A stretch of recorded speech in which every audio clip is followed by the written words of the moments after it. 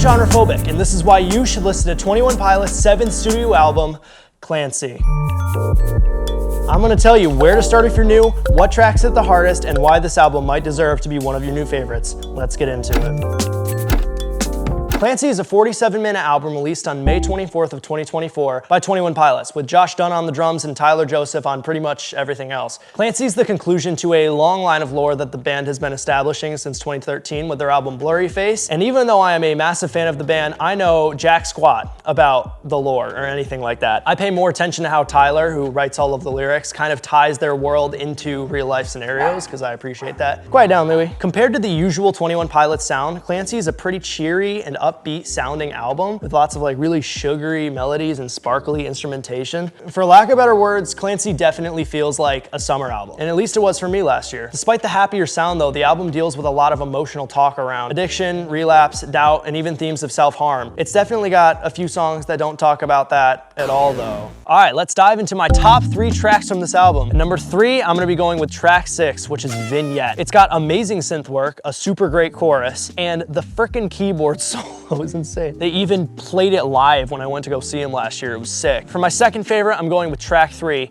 Backslide. This song deserves to be played on the nicest speakers that you have. The contrast between the bass and the treble is so good. The chorus buildup is amazing, and it's just catchy as frick. Something that I love about this song that I haven't seen anybody talk about is the little sound that they play at the end of the song. But finally, my favorite song from Clancy is without a shadow of a doubt, track 2, Next Semester. This is one of the 12 songs that I've actually dubbed an 11 out of 10. There's 12 songs I've ever heard. I didn't mention it in my last review, but Borderline is absolutely one of those as well. I can definitely understand why this wouldn't be a popular choice, especially against 21 Pilots' entire discography, but this song has some magic. I'll go into more detail about it later.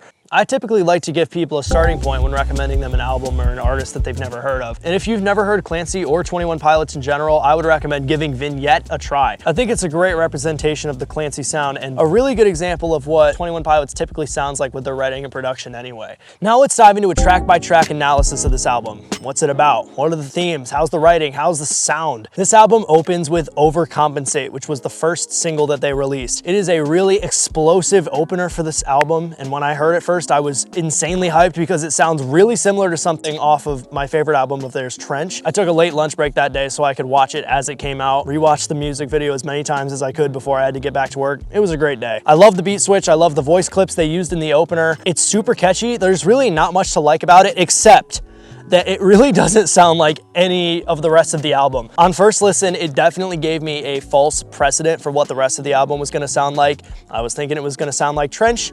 It does not sound like Trench, at least not as a whole. It's got little elements, but that does not mean that Overcompensate is a bad song. It's a great song, I love it. Track 2 is called Next Semester. Goodness gracious me. Next Semester is a special song. I think this is 21 Pilots at their absolute best when it comes to interpreting genres in their own sound. It's very pop punkish, but it's got all the elements that you grow to love about the 21 Pilots sound, like the drumming, the insanely creative use of the ukulele as the main drive through the song, and of course, Tyler's vocals and writing. I think he killed it on this one. You could interpret the song 100 different ways, each making complete sense, each probably being somewhat validating or relatable, which it definitely is for me. The best interpretation that I've got is that Tyler has some sort of mental breakdown in college and finds himself in the middle of a road where some guy coming by has to slam on his brakes to avoid hitting him. He yells at Tyler to get out of the road, but then after seeing that Tyler is obviously in some sort of mental panic, he encourages him instead and says, "Can't change what you've done, start fresh next semester." Overall, it's a really simple concept, but I think that's what makes it so good. Next Semester actually took a really long time for me to start enjoying it,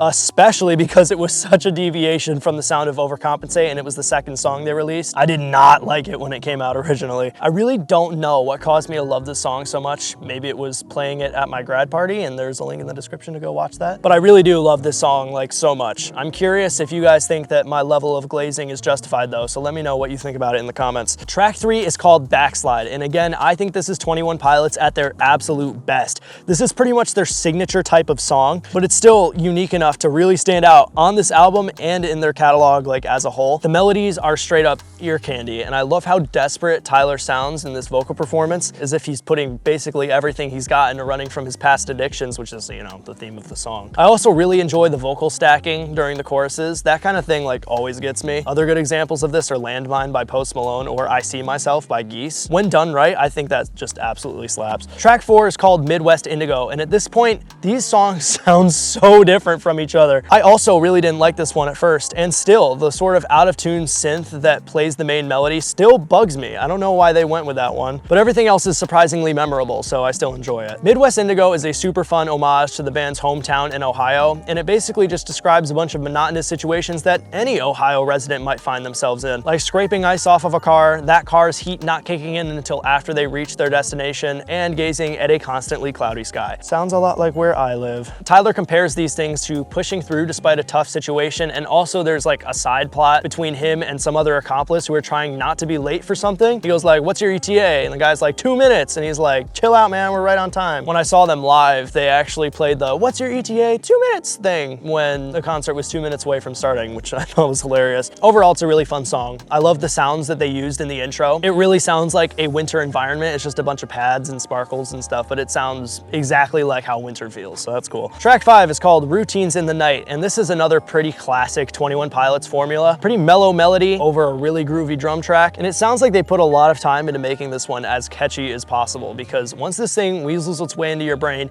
it ain't leaving anytime soon. It's pretty lore ridden, and once again, I know tiddlywinks about the lore, so I just take it as a song about Tyler going through his old memories. Some of them are locked up, never to be seen again, and that's about it. As good of a song as it isn't really my favorite. It barely, and I mean barely, feels like they might have just put it on Clancy to be a moneymaker, especially considering that they got Jake Torrey, of all people, to help with writing. I can't think of a single other song that they've gotten help with writing on. Track 6 is called Vignette, and I like this song a lot. It's amazing to me how many songs Tyler has written and how over all this time he's still able to keep it super fresh and sounding unique amongst all of his other songs and amongst this album. It's got a very beachy sound with like all the seagull ambience, and the synths also remind me of warm beachy weather for some reason. Also, I gotta shout out keyboard solo. Holy crap, high point of the album, honestly. Tyler even played it when we saw them live. It was crazy. It's got a super powerful chorus. It's super fun to listen to, and I would absolutely recommend listening to this again. Track 7 is called The Craving, Jenna's version, because they had a single version, but I honestly think this version is better. I think it's really easy to put a slow ballad in the midst of an album like this and have it be really boring. Even if the lyrics are deep, like it's gotta be a good song for me to listen to it. The Craving is definitely not